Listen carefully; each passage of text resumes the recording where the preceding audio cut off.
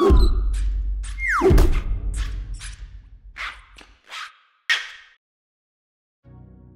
everyone, welcome to Good e-Reader Full Disclosure, where we talk about new devices that we've recently reviewed in studio. My name's Michael. My name's Peter. And we have here the eOne book by Progress Technologies. Just got this. We just wrapped up the day of filming, wrapped up the photos, and here it is. Yeah, I mean, it looks like a book. It looks like a book.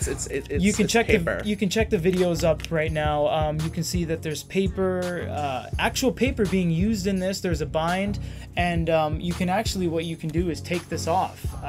Like it's a dust jacket, like a real dust jacket. This is a real book with electronics built into it. I mean, this is a book for all intents and purposes. It's using paper. It's using a bind. It has a bookmark in it for crying out loud, and it opens up into a 2-page spread manga. Yeah. So it opens and closes. Yeah. You can't like break the. No. I wouldn't recommend breaking the spine. Don't be doing like, that. You know. So you do it through. You basically break it at that point. Yeah. But there's no electronics like in the spine. No. It's paper through and through. Right. This is one of the most interesting devices that we've ever seen. The only other dual screen e-reader that was really commercially released was the Entourage Edge and the Entourage Pocket Edge, but that was way before its time. Like five, 6 years ago it came out. Yeah. There is a prototype e-ink folding notebook that uses like 10.3 inch displays. This is 7.2 inch displays, and what I really like about it is that the manga looks so good, and that's because there's 18 volumes. Yeah, each volume has 500 megs in here, and using the original. Yeah, and it's using the original artwork, so it's looking totally amazing. Yeah. And browsing, navigation, super intuitive. Everything's quick. Yeah. There's no ghosting or anything like that. There's English and Japanese That's one of the versions. most interesting things is that if you look at the video we're overplaying right now, there's a toggle on there, and it's not a toggle where it's like it has to go through the whole book and say, please wait, we're rendering the whole book. No. It's any page, anytime, on and off. Yeah. And that breaks down a lot of barriers. If you put it to English, the rest of the book's in English, so every page that you turn is in English. And you can jump back to Japanese. I mean, if you want to. Right. We're English native speakers, although you are pretty good at speaking Japan. You can probably read this whole thing in Japan if in Japanese if you wanted to. Obviously my native tongue is English, so it's easier. Now, Mike and I were hit with the MSRP of this. It was $360 US, and we're like, whoa. And then Mike was like, like Keanu Reeves. Whoa. And then Mike was like, well, hold on, let's think about this. And then we started going online. Went on Rakuten, we went on Amazon, went on eBay, and we started to add everything up. If you were to buy all of the 18 manga that go into the collection, not only would it be this big on your bookcase, not only would it be $200 or $300, just that, if you can find all of the 18 of them. Some are like number 16, $70, number 1, $6. So not only do you have to scout and find and accumulate all 18, they'll only be in Japanese. The only way that you could really do that is with an ebook, and the ebook has degraded image quality. It's 500 MB per chapter. Right. The ebook version was only 50 MB per chapter, so you lost a lot of that contrast, the ratio, the good line quality, the good art. So if basically for purists, people listen to vinyl, high organic quality. Humans, we can only really perceive analog sound. We can't really tell the difference between, we can't perceive digital sound. And that was kind of actually interesting, because they were talking about, I was reading a news story about how vinyl is making a resurgence, and there's people camping out at like Zulu Records locally and big record shops locally to get like deals on records, and they were talking to like people who were saying, why is vinyl making a comeback? And it's like, well, for digital purists, people do the FLAC format because it has like fuller body audio, whereas like MP3, it's all these like codecs and it's totally made as small as possible, and so you lose that sound quality, and that's translated to image quality as well. Sometimes resolution doesn't make all the difference. Just because an e-reader's 300 ppi and has like full HD resolution doesn't really make the ebook experience is going to be good if you don't have like super good quality ebooks to read them on. That's like anything. It's the base content that matters. For example, if I have, oh, hey everyone, I got my 84-inch OLED TV. It's like, oh great, what are you watching? Oh, I'm watching SD Shaw TV. Totally. It's like, oh, okay, well you got this big ass TV that's like, you know, 8,000 by 6,000, 16 by 9. You paid like 30,000 for but it. you just screw in a little coax and you don't have an HD TV service and you're not running Blu-ray, you're running DVDs from the bargain bin or VHS. Or you plug the VHS in. Like Betamax. Well, that's even before my time, but you know what I mean. Yeah, exactly. So resolution only matters if your base content that you're actually using is any good. That's basically we had a beta, but we also had VHS too. No, betas are those huge things, right? Those big books or those 8-tracks. I don't even know. Those 8-tracks are the musical things with like the big cartridges. Like beta and VHS, there was a lot in common, but they were like two competing formats. It was like the ebook formats, like before the year 2000, where Microsoft had its own format. Adobe had its own format, Sony had its own format. Right. It was like the ebook format wars, and it didn't get standardized to like people were like, we're just gonna do EPUB because of like the open standard. Everyone, publishers started using it. So yeah, I mean, we're deviating a little off track just to prove that like, you know.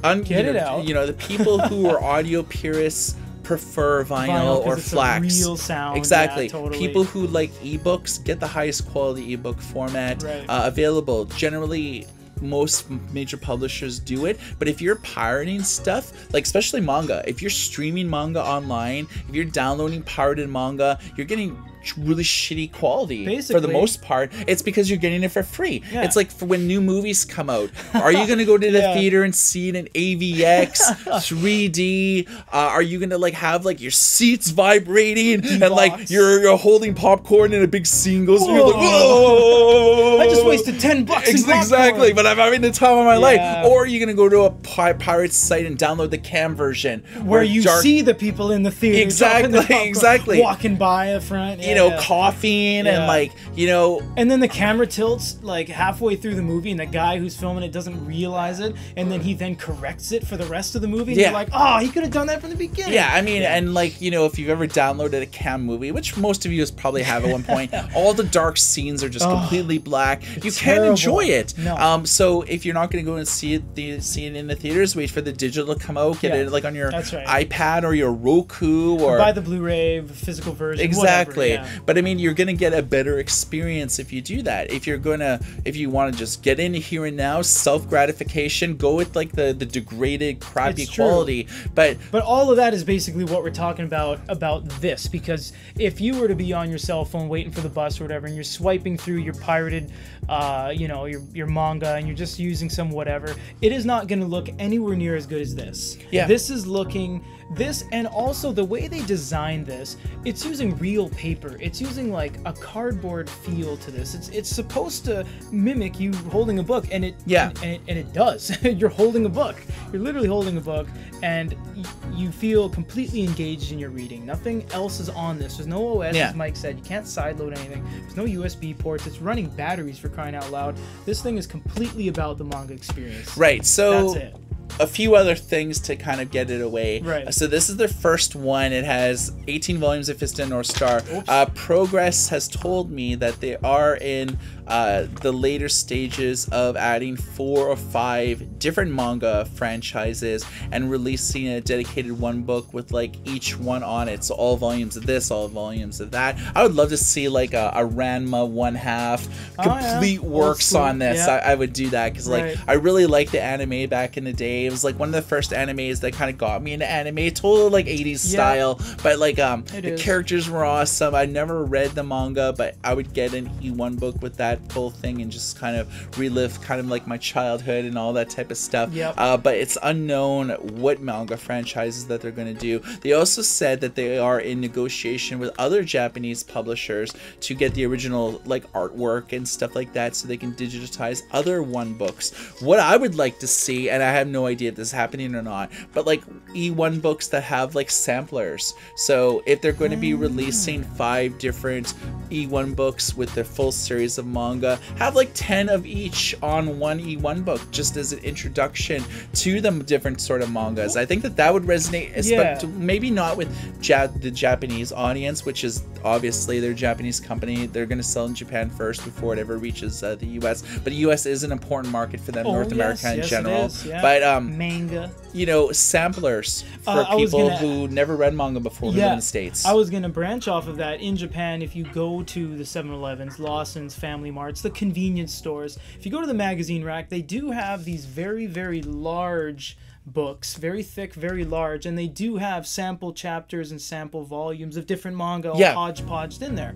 A lot of Shonen Jump content. Yes, I was going to say Shonen Jump is a perfect example of that. So you can basically think of the convenience store sampler packs in this digital form. So you would look at this and it'd be like One Piece, Naruto, Dragon Ball, whatever, all together. So you'd be like, wow, you know, chapter I've one heard of Naruto with like everyone dabbing and everything like that. Well, you know, so it's like it would be a sampler of, you know, or maybe just in the Naruto, the anime, because it's like it's everywhere. Crunchyroll, I think it's on popular. Netflix. It's very popular. It's been around for a while. Totally. So eOne, I think the reason why we're sort of raving about this is just because it's such an innovative piece of tech. It's completely out. It's like nothing we've ever seen in 10 years. It's nothing. I mean, it looks and feels like a real book. The dual screen, it's such a visceral experience that, like, when we did a review, I couldn't really say anything negative about it because it is what it is. It's a preloaded manga device that looks like a book.